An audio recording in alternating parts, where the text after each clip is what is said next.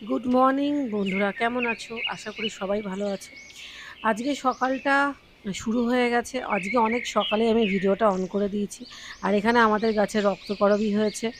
আর এই হচ্ছে আমার মানি প্ল্যান্ট। এই মানি প্ল্যান্ট গাছটা অনেকটা নিচের দিকে নেমে গেছে, তো আমি কোনোভাবে চেষ্টা করেছি যাতে এটাকে, এই যে পাশে যে বাঁশটা লাগানো আছে না, এই যে এই বাঁশটা, এটার সাথে পেঁচিয়ে দেওয়ার আমি চেষ্টা করেছি যাতে করে বাঁশটার গায়ে ভর দিয়ে মানি প্ল্যান্ট গাছটা বেয়ে বেয়ে ওপরে উঠতে পারে। আমার মানি প্ল্যান্ট গাছ ভীষণ ভালো লাগে, মানে সারা বাড়িতে আমি মানি প্ল্যান্ট গাছ লাগিয়ে দেবো একদম, মানে আমার এত প্রিয়, ভীষণ ভীষণ ভীষণ আমার খুব প্রিয়, খুব ভালো লাগে আমার। তো এখন আর বিশেষ কিছু বলছি না, তো তোমরা সঙ্গে থাকো।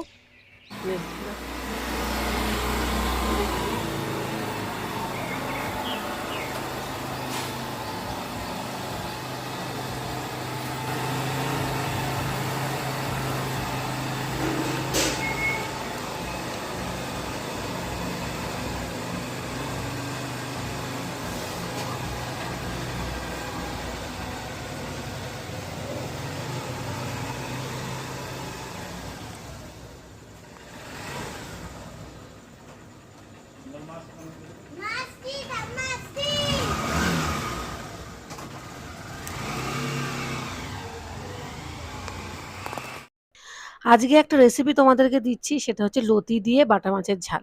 তো প্রথমে লতিগুলোকে ভাপিয়ে নিয়েছি, তারপর তেলের মধ্যে পেঁয়াজ কুচি, রসুন কুচি সমস্ত কিছু দিয়ে খুব ভাজা ভাজা করে পেঁয়াজটাকে লাল লাল করে ভেজে নিতে হবে। পেঁয়াজগুলো যখন লাল লাল করে ভেজে নেব, তখন একটু লঙ্কা বাটা দিয়ে দিয়েছি। ও হ্যাঁ, অবশ্যই মাছটাকেও ভেজে নিতে হবে। তো এই লঙ্কা বাটা দেওয়া হয়ে গেছে আমার। এবারে পেঁয়াজের মধ্যে নুন, হলুদ যা যা দরকার সবই দিয়ে দিয়েছি। এখানে দিয়ে দিচ্ছি আমি একটু আলু কুচি। আলুটাকে ভীষণ ফাইনলি, মানে ঝিরিঝিরি করে কিন্তু কাটতে হবে। আমি যেভাবে করে কেটেছি একদম ওইভাবে করে কাটতে হবে। এরপরে যখন আলুটা ভালো ভাজা ভাজা হয়ে যাবে, তখন ভাপিয়ে রাখা লতিগুলোকে দিয়ে দিতে হবে। লতিগুলোকে দিয়েও কিন্তু বেশ ভালো করে নাড়াচাড়া করতে হবে, সিম আঁচে রান্না করতে হবে। আঁচ বাড়ালে একদমই চলবে না। লতিগুলোও যখন ভাজা ভাজা হয়ে যাবে, মানে কিছুটা সময় নিয়ে করতে হবে, ঢেকে ঢেকে রেখে রেখে, খুব একটা বেশি আঁচ দেওয়া যাবে না। তো এখানে আমি খুব ভালো করে লতিগুলোকে ভেজে নিচ্ছি। যখন লতিগুলো খুব ভালো করে ভাজা হয়ে যাবে, তখন দিয়ে দিতে হবে পরিমাণ মতন জল। এটা তো খুব একটা ঝোল ঝোল হবে না, মাখা মাখা মতন হবে। তো এইখানে জল দেওয়া আমার হয়ে গেছে। জলটা যখন টগবগ করে ফুটে উঠবে, তখন ভেজে রাখা বাটা মাছগুলো আমি দিয়ে দেবো। এই তরকারিটা যারা ঝাল খেতে খুব পছন্দ করেন, তারা শুকনো লঙ্কা যত ইচ্ছে দিতে পারেন। যারা মনে করেন যে না আমরা ঝাল খুব একটা খাবো না, তারা কম দেবেন, তারা কাঁচা লঙ্কাতেই করবেন। তবে দুটোতেই খেতে মন্দ লাগে না, ভালোই লাগে, এমন কিছু স্বাদের হেরফের হয় না।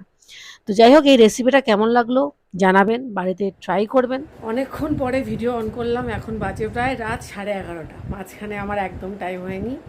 তো এখন শোয়ার টাইম, এখন শুতে চলে এসেছে, আমরা সবাই শোয়ার প্রিপারেশন নিচ্ছি। তার আগে একটা বলে দিই, আমার মেয়ের স্কুলে খুব ভালো একটা প্রজেক্ট দিয়েছে। সেটা হচ্ছে ওদেরকে গাছের চারা লাগিয়ে, মানে একটা টবের মধ্যে গাছের চারা লাগিয়ে ওই চারা গাছটাকে নিয়ে স্কুলে সাবমিট করতে হবে। এটা এই এই আমাদেরকে বড় করতে হবে, তারপর হ্যাঁ মার্কস দেবে আমাদেরকে। হ্যাঁ, ও তার উপরে একটা নাম্বার আছে। এই ইয়েটা আমার কাছে খুব ভালো লেগেছে, ভীষণ ভালো লেগেছে।